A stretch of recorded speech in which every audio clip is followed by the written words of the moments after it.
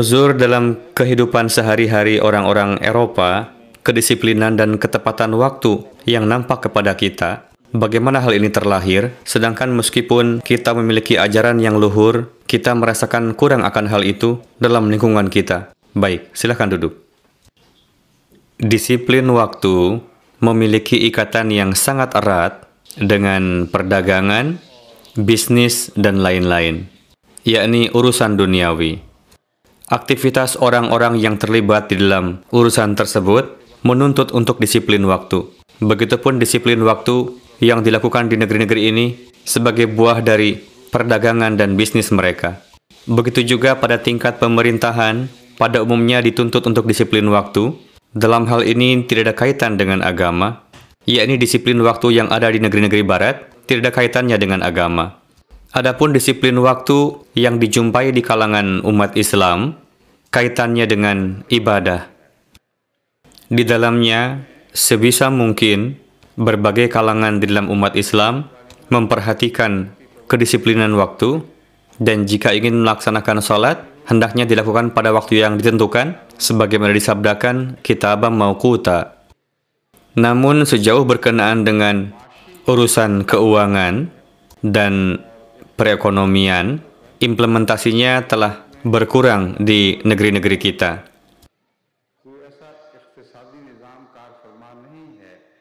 Kedisiplinan waktu dianggap sesuatu yang tidak lazim di negeri-negeri kita.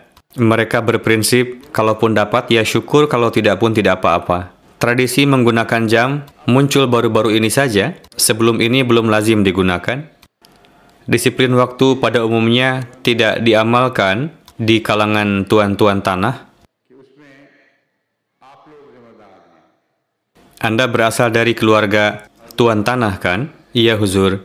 Ada satu kebiasaan di kalangan tuan tanah, khususnya di Punjab, entahlah kalau di Hindustan, para tuan tanah di sana menganggap dirinya sebagai pemilik waktu, yakni Abul Waqt. Katanya, setelah kami tiba, barulah waktu akan berjalan.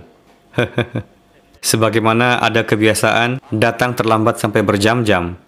Untuk itu, bagi yang ingin berurusan dengan mereka, harus menunggunya. Yang menjadi waktu bagi mereka bukan jam, tetapi kemudahan mereka. Untuk itu, kurangnya disiplin waktu sering dijumpai di kalangan para tuan tanah. Namun dari kalangan keluarga tuan tanah tersebut, telah lahir seorang sosok yang bernama Zafrullah Khan. Begitu disiplinnya beliau dalam hal waktu, sehingga para anggota PBB biasa mencocokkan jam-jam mereka dengan kedatangan beliau. Jika suatu acara akan dimulai pada pukul 5, sedangkan jam orang-orang menunjukkan pukul 5 lebih 1 menit, ketika beliau tiba, maka orang-orang akan memundurkan lagi jamnya 1 menit. Jadi beliau senantiasa tepat waktu. Namun disiplin waktu yang tertanam di dalam diri beliau tidaklah berkaitan dengan status beliau sebagai keluarga tuan tanah atau bukan, melainkan sifat pribadi beliau. Beliau figur yang konsisten, sebagaimana orang yang konsisten hendaknya disiplin waktu. Kecuali dalam kondisi keterpaksaan, yang di dalamnya seseorang terpaksa terkeluar dari itu. Hadrat Muslih Maud radhiyallahu anhu tidak bisa hadir tepat waktu pada waktu-waktu salat yang telah ditentukan, seperti yang dilakukan di masjid-masjid pada umumnya. Dan ketika beliau tidak dapat hadir untuk salat berjamaah karena sakit, salat berjamaah dilakukan tepat pada waktunya. Namun ketika beliau bertindak sebagai imam salat, terkadang untuk menunggu dilaksanakannya salat berjamaah maghrib, akhirnya salat dapat dilaksanakan ketika mendekati waktu salat isya. Terkadang waktu salat subuh dapat dilakukan pada waktu-waktu terakhir. Hal itu disebabkan karena beliau radhiyallahu anhu sedemikian rupa sibuk di dalam urusan agama, sehingga mungkin beliau tidak ingat akan hal itu, atau mungkin beliau beranggapan bahwa orang yang menunggu untuk salat akan mendapatkan pahala. Untuk itu beliau menyelesaikan dulu tugas terlebih dahulu. Jadi beragam pemandangan kita temukan dalam hal disiplin waktu. Terkadang Hadrat Khalifatul Masih Ats-Tsani radhiyallahu anhu terlambat untuk datang disebabkan karena menunggu para istri beliau yang belum siap. Terkadang beliau terpaksa harus terlambat hingga setengah jam, 1 jam, bahkan 1,5 jam, sehingga terkadang beliau harus menunggu lama hingga keluarga beliau siap. Setelah semua siap, baru dimulailah perjalanan. Suatu ketika di dalam suatu obrolan dengan Chaudhry Zafrullah Khan Sahib, beliau pernah mengatakan bahwa tidak ada masalah bagi saya jika istri saya belum siap pada waktunya, maka saya tinggalkan istri saya. Di satu sisi merupakan kedisiplinan terhadap prinsip, sedangkan di sisi lain terkeluar dari kedisiplinan dalam hal prinsip. Namun di dalam kedua sikap tersebut terdapat akhlak. Sikap suami yang memberikan haknya terhadap istri bukanlah sikap yang tidak konsisten. Namun di dalam benak seseorang, disiplin waktu sudah sedemikian rupa tertanam sehingga sudah menjadi bagian dalam kehidupannya. Untuk itu, Zafrullah Khan Sahib benar-benar mengamalkannya. Begitu disiplinnya beliau, sehingga meskipun istri beliau sudah nampak di gerbang rumah, namun jika waktu menunjukkan sudah saatnya untuk pergi, maka beliau akan tinggalkan istri beliau. Namun Hadrat Muslim Ma'ud tidak demikian.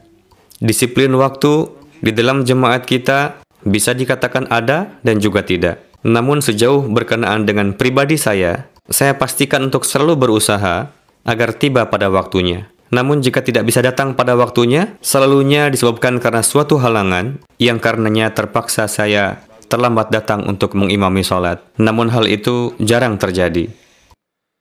Sebuah syair karya Mirza Ghalib yang berbunyi, yang maksudnya adalah, yakni Anda datang, namun disebabkan karena suatu halangan, sehingga terlambat.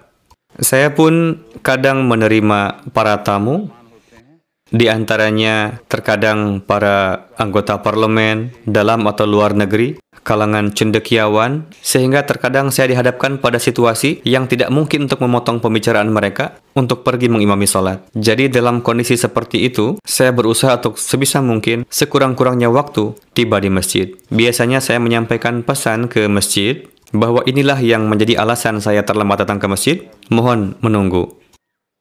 Inilah jawaban singkat yang dapat disampaikan kepada Anda dari berbagai sudut pandang. Namun benar apa yang Anda katakan bahwa di negeri-negeri kita, disiplin waktu sudah semakin berkurang. Namun jika dikatakan berkenaan dengan Eropa bahwa disiplin waktu, bahwa di sini disiplin waktu berjalan sebagaimana mestinya, saat ini tidak relevan lagi. Seringkali terjadi, meskipun sudah berusaha untuk tepat waktu, namun perhitungan waktu lalu lintas di Eropa ini tidak bisa diyakini sepenuhnya.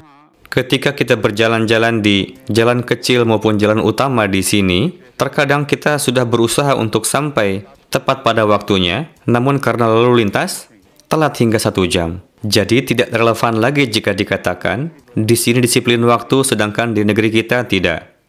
Seringkali ketika tamu saya datang berkunjung, yang seharusnya mereka tiba pada pukul 8, namun akhirnya tiba mendekati pukul 10. Ternyata kondisi lalu lintas yang sudah sedemikian rupa sehingga beliau terjebak dalam kemacetan. Saran saya kepada Anda, pada prinsipnya sebisa mungkin bersikaplah tepat waktu karena Allah Ta'ala telah menetapkan sholat-sholat sesuai waktunya.